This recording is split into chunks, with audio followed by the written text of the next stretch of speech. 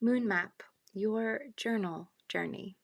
I'm Janan Derso, and I want to personally welcome you into the ancient process of putting your words on paper through journaling.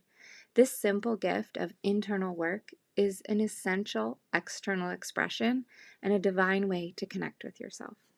When you journey with this method of journaling as part of your daily practice, it will tether you to your internal reflection while aligning you even deeper with your path and the God of your heart.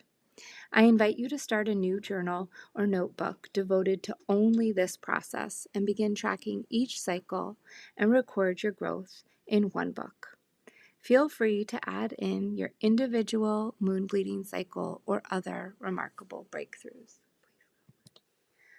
We begin with the moon map as a time tracking tool to draw your goal into sync with the natural rhythm of a 28-day cycle. Each day, your personal moon map helps you know where you're headed and reveals how to use your time wisely. The 9 phases of the sun and moon are seen in the 9 directions of the Bagua map because you can also track time with the sun in 365 days for bigger goals. More on that soon. I invite you to begin with the moon map because it unfolds as a slightly more compressed timetable. When you learn to track time with the moon phases, it helps you draw your goals into sync with the natural rhythm of a 28-day cycle. In quick order, optimal flow comes alive within your life experience. Life doesn't have to feel arbitrary or chaotic. Rather, it can be serendipitously spirit-led. Here's the introduction to the Bagua moon map.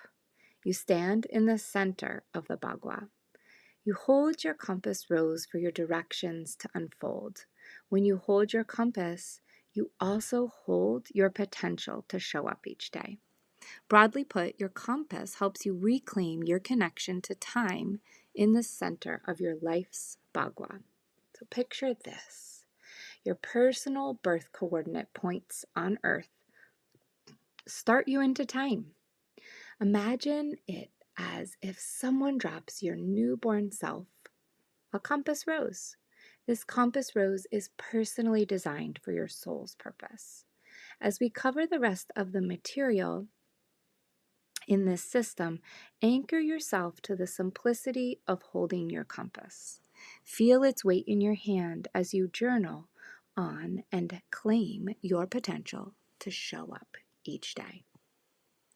For most of us, it's been a minute since we arrived on Earth's side. Many experiences, thoughts, and emotions may have obscured your view of why you're here.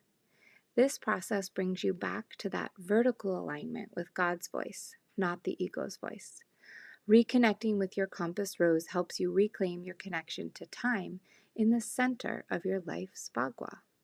With that in mind, now imagine yourself standing in the center of the Bagua map. Here's the progression. The center where your compass is, you have to ground into earth and commit to your daily practice. This is 0/1 on the diagram here. Position 0 is about that receiving of your compass, your personal portal into time.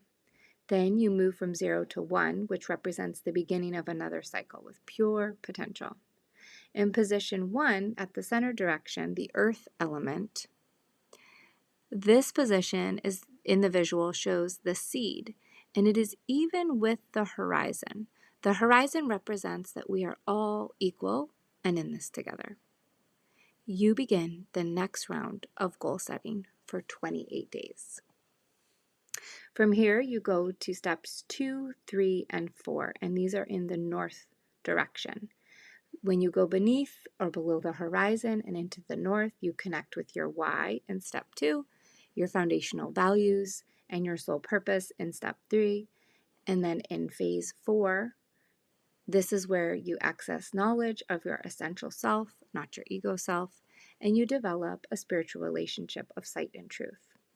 In phase 5, the east, from this place of listening and daily spiritual practice, you hear your divine instructions from God that aren't based on the ego. In phase 6, 7, and 8, which are in the south, Then you can take aligned action steps in divine vision that are aware of the cosmos and God's plan for your path. In phase 9, which is in the west, you live your soul's purpose and offer from your divine coordinates. This is the Bagua map. Here you are in the center. So one more time, I'm going to explain this layout. The center position is represented by the number 0 for the energy of peace, which is always accessible. That matches the phase of the moon. Then I use the numbers 1 through 9 to guide you step by step on this grid. And you move down into the bottom right where you, on your map, where you start to do this lower work, where you descend below the surface into an opportunity for the inner development. After these 3 phases, you rise above the horizon again, and this is at 5.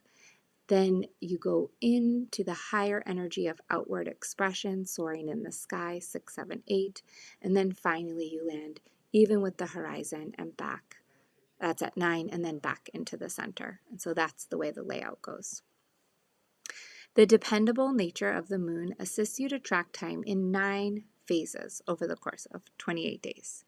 In my years of study, I've documented layers to the maps. There is the traditional name of the moon phase. There's a garden metaphor name for each moon phase, from seed to compost. There's a Bagua placement associated with each moon phase. The more individualized layer is placing your true sky chart on top of the information. And I prefer to do this personalized mapping session with the sun phases, not the moon phases. So more on this later, or ask me for the deep dive into this method. There are 9 prompt titles with each phase: the Bagua map, the metaphorical garden, how to pray, reflect, contemplate, resonate, meditate, implement, and release. The moon map journey allows you to be present with each moon phase. Here's the 9 phases of the moon with a slightly different picture and the brief overview of the action steps. So in step 1, now we're going to use all of the moon phase names. That's called peace. It's when you set a sacred seed prayer, your goal for 28 days. In the balsamic moon, you plant and vibrate the frequency of your goal. At the new moon, you release your old roles and root into your foundational values. At the crescent moon, you weave your basket and gather your gifts in vertical time. In the 5th phase, at the first quarter, you see your goals in action and act as if you have attained it. In the 6th phase, the waxing gibbous, you build your network from love to receive your blessings. In the 7th phase, the full moon, you embody your goal and chart your course. In the 8th phase, which is the waning gibbous, you share your story and offer your gifts. And finally, in the last quarter, you evaluate your cycle and know your next steps. So your compass is set. The map is laid out. Let's dive into the next cycle of Moon Map. I invite you into the series with peace. You'll move on to the peace moon phase, or the seed in the garden, the compass on the map, with the next video. Peace.